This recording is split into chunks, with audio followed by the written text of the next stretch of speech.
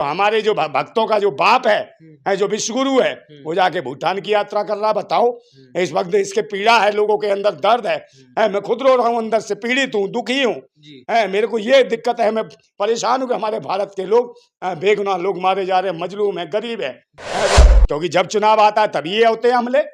आप बताइए, बिहार का चुनाव आया तो ये हमला क्या है के लिए? ये कैसे विस्फोट हो गया? जो देश की राजधानी दिल है दिल्ली, जब वो दहल गया, उसमें खंजर घोंप दिए दिल्ली में, इस प्रकार के आतंक फैला के। और जब दिल में लगती है चोट तो मुझे लगता है पूरा शरीर कांप उठता है। नंदा भाई, कल देश की राजधानी दिल्ली लाल किले जैसी जगह पर एक जो मीडिया बता रही है कि बम धमाका हुआ है, कोई बता रहे हैं गाड़ी में जो है ब्लास्ट हुआ है। पहले तो आपको क्या लग रहा है, क्या हुआ है कल शाम? देखिए, ब्लास्ट हो, धमाका हो या बम फटा हो, और जिस प्रकार का वो धमाका हुआ है, ब्लास्ट हुआ है, वो कोई नॉर्मल तो है नहीं। ऐसा तो नहीं है कि सीएनजी कोई सिलेंडर फट गया हो, वो तो धमाका है नहीं।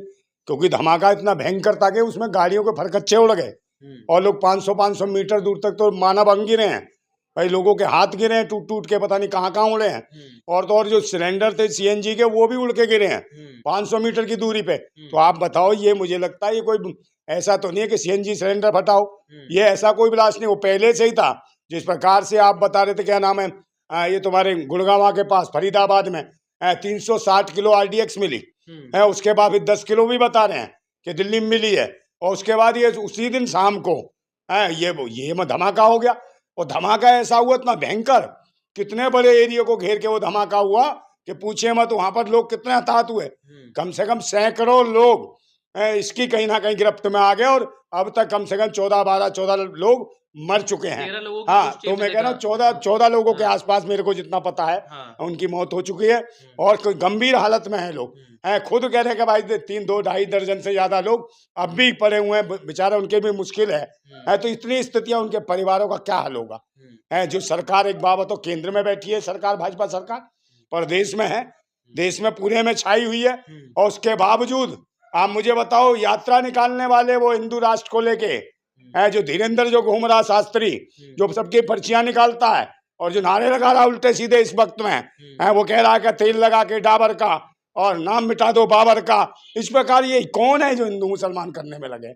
यहाँ देश इतनी नाजुक स्थिति में, हमारे भारत के लोग मारे जा रहे हैं और इस प्रकार सुरक्षा नहीं दे पा रही है सरकार। आंतरिक सुरक्षा की जिम्मेदारी सरकार की होती है।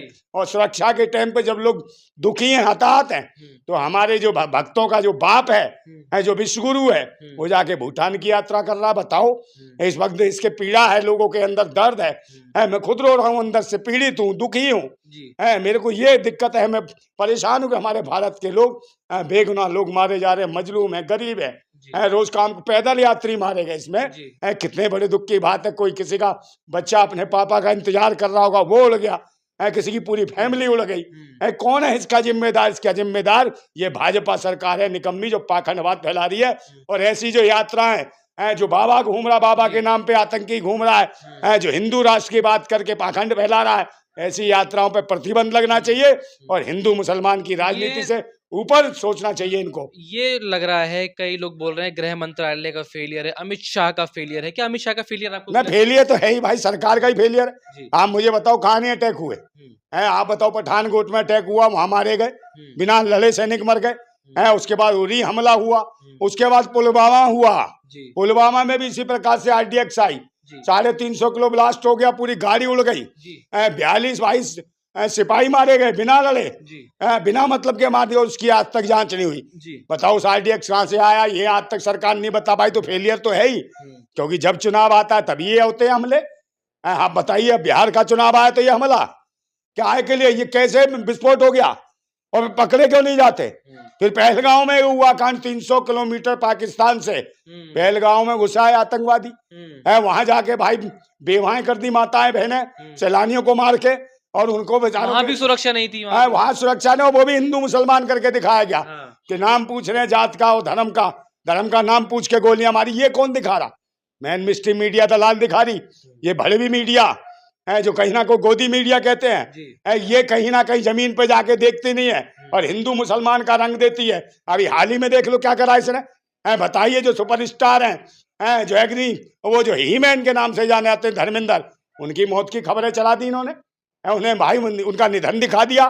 तो ये मीडिया, गोदी मीडिया, भाई धर्मेंद्र तो अभी ठीक है, वो तो कहीं ना कहीं रिकवर कर रहे हैं, उनके परिवार कह रहा है कि वो सही है, उनको जल्दी ठीक हो रहे। परिवार के लोगों ने नाराजगी दिखाई, तो मैं कह रहा हूँ भाई निधन या मौत उनकी नहीं हुई है, वो धर्मेंद्र नहीं मरे, ये मरी है तो इस देश की मेन स्ट्रीम मीडिया मर चुकी है, ये मरी हुई मीडिया है। इसका जो लिंक बताया जा रहा है वो फरीदाबाद में जो आरडीएक्स पकड़ा गया, जो डॉक्टर नाम मेरे जहन से निकल रहा है, उनके थ्रू ये जो है उस गाड़ी का लिंक, जो उस गाड़ी में बम ब्लास्ट हुआ, सारा लिंक जो है वो फरीदाबाद से बनाया जा रहा है। लेकिन अब ये है फरीदाबाद में आरडीएक्स पकड़ा गया, इधर ब्लास्ट, अमित शाह से कोई एक सवाल नहीं। क्योंकि सवाल तो सरकार से ही बनता है भाई, प्रधानमंत्री से मिलता है, बनता है कि भाई बताओ हमें, बताते क्यों नहीं भाई? जितने अटैक हुए उनमें आतंकी कोई पकड़ा गया? जिनने आतंक फैलाया, जिनने बम ब्लास्ट करे, जिनने गोलियां मारी, और जो आरडीएक्स आई वो बताओ कहां से आ गई? बार बार हिंदू मुस्लिम एंगल ढूंढते हैं बस।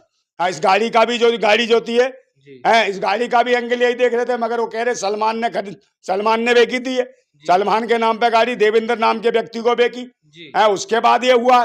तो बताइए, ये गाड़ी जब दिल्ली में, जो देश की राजधानी दिल है दिल्ली, जब वो दहल गया, उसमें खंजर घोंप दिए दिल्ली में, इस प्रकार के आतंक फैला के, और जब दिल में लगती है चोट तो मुझे लगता है पूरा शरीर कांप उठता है।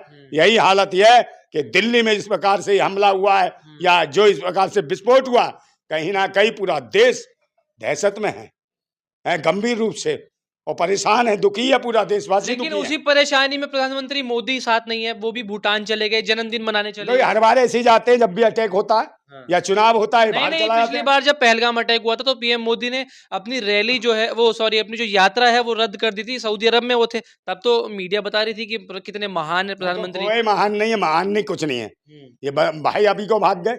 जवाब देना अमित शाह को तो मुझे लगता है कहीं ना कहीं जिम्मेदारी लेनी चाहिए। आंतरिक सुरक्षा को लेकर कहीं भी इनमें चिंता नहीं है, इनमें चिंता रहती है चुनाव की रणनीति, चुनाव कैसे भी तानाशाही से चुनाव आयोग को डरा के, मेन मिस्ट्री मीडिया दलाल को, तलवार चाटू को रख के देश के चुनाव जीत लो।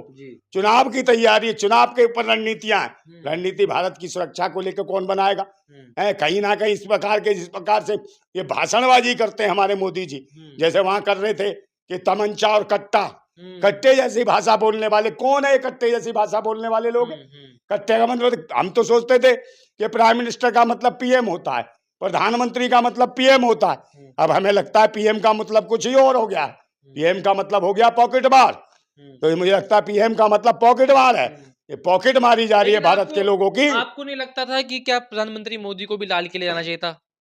जो भूटान चले गए, क्या एक बार उन मिलना चाहिए था, जो भी जिनकी भी जो है मृत्यु हो गई है, जो भी घायल है उनसे मिलना। हालांकि अमित शाह मिले, रेखा गुप्ता मिली, प्रधानमंत्री को भी जाना चाहिए था शायद। बिल्कुल जाना नहीं चाहिए तो भाई प्रेस ब्रीफिंग करनी चाहिए थी, पत्रकारों को, देशवासियों को जो सवाल है लोगों के जहन में कि बार बार जो अटैक हो रहे हैं और आतंकी भाग जाते हैं, और तो और जो पाखंडी बाबा हैं जो महिलाओं की इज्जत लूट लेते हैं वो भी भाग जाते हैं। तो जितने भी जो धर्म के आधार पे आतंक कर रहा है, जो धर्म के आधार पे जो हरकतें कर रहा है, और यही वजह है कि बार बार ये दिखाने का प्रयास करते हैं, किसी ना किसी मजहबी आदमी को जोड़ने का प्रयास करते हैं, मुस्लिम एंगल देखते हैं हर मामले में। ये राष्ट्र के प्रति बिल्कुल संवेदनशील नहीं है, बिल्कुल भी गहन अध्ययन नहीं करते हैं, और देश के बारे में अच्छा नहीं सोचते हैं, सिर्फ इन्हें चुनावी रणनीति करनी है तैयार, किसी भी तरीके से तानाशाही से कैसे भी चुनाव जीत लो।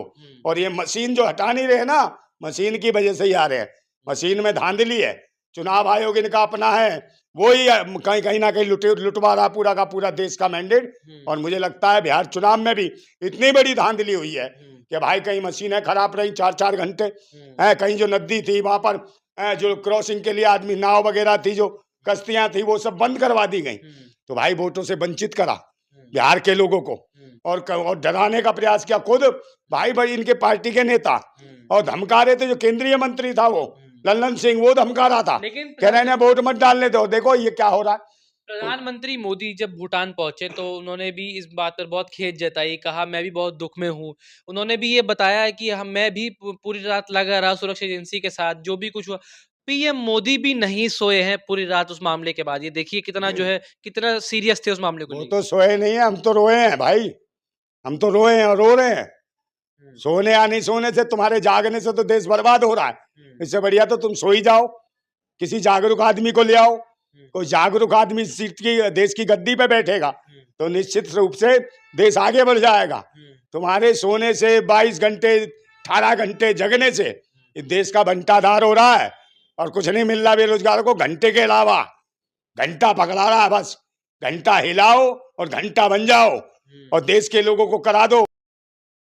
है कोई सुरक्षा नहीं है, देश की आंतरिक सुरक्षा गंभीर विषय है और इस पर कहीं ना कहीं देश की सरकार को सोचना चाहिए। और ये पाखंडियों की जो धर्म के नाम पर जो यात्राएं निकाले, ये कह रहे हिंदू राष्ट्र, हिंदू बिंदु राष्ट्र नहीं है। ये जितने भी हिंदू राष्ट्र की बात करते हैं सब ब्राह्मण है। ये ब्राह्मण राष्ट्र बनाना चाहते हैं और मनुस्मृति स्थापित लागू करना चाहते हैं, भारतीय संविधान को खत्म करना चाहते हैं। और बाबा साहब के जैसा भी करा है, स्कूलों के नामों को चेंज करा उनके, है जो बाबा साहब के नाम पे स्कूल थे उनका नाम लिख दिया सीएम श्री। तो ये इस प्रकार से बाबा साहब पे कर रहे हैं अटैक, जो संविधान रचेता उनके ऊपर अटैक। जो हमला हुआ या कल जो भी ब्लास्ट हुआ दिल्ली में, उसका आप जिम्मेदार किसको ठहराते हैं? क्या आपको कौन जिम्मेदारी ले इसकी? निश्चित रूप से सरकार जिम्मेदार है, केंद्र में है, प्रदेश में है और हरियाणा से बार बार RDX सारी मिल रही है तो हरियाणा में भी इनकी सरकार है, सब कुछ इनका है। तो एक बात बताइए, केंद्र में इनकी सरकार है और दिल्ली राष्ट्रीय राजधानी में हो रहा है तो कहाँ गए भाई? अब तो दिल्ली में भी सरकार है, राज्यपाल इनके, सब कुछ इनका, तो कौन करा रहा है? सवाल तो सरकार से ही उठता है। सरकार के ऊपर कहीं ना कहीं पूरे देश की शक की निगाहें, नजरें बनी हुई हैं और जो रो रहे हैं, जो लोग रो रहे हैं अपने भारत के लोगों के, जो मारे गए हैं बेगुनाह लोग, वो सब लोग कहीं ना कहीं सरकार को कोसने का काम कर रहे हैं कि काश ऐसा 18 घंटे काम करने वाला व्यक्ति ये स्वयं सो ही जाए और कोई वैसा ही आ जाए जो 10 घंटे काम करे और देश को सुरक्षित हाथों में जाए और देश की आंतरिक सुरक्षा बढ़ाए। आज हमें देश की सीमाओं पर इतना खतरा नहीं है जितनी देश के अंदर खतरा है। इसलिए भाइयों सभी जागरूक हो जाओ, आंदोलन करो, क्रांति करो और इन पाखंडियों का बहिष्कार करो, क्योंकि देश में अमन चैन शांति चाहते हैं भारत के लोग, हर धर्म संप्रदाय के लोग सब साथ मिलके रहें, शांति बनाए रखें, किसी के उकसावे में ना आए। जिंदाबाद भारत।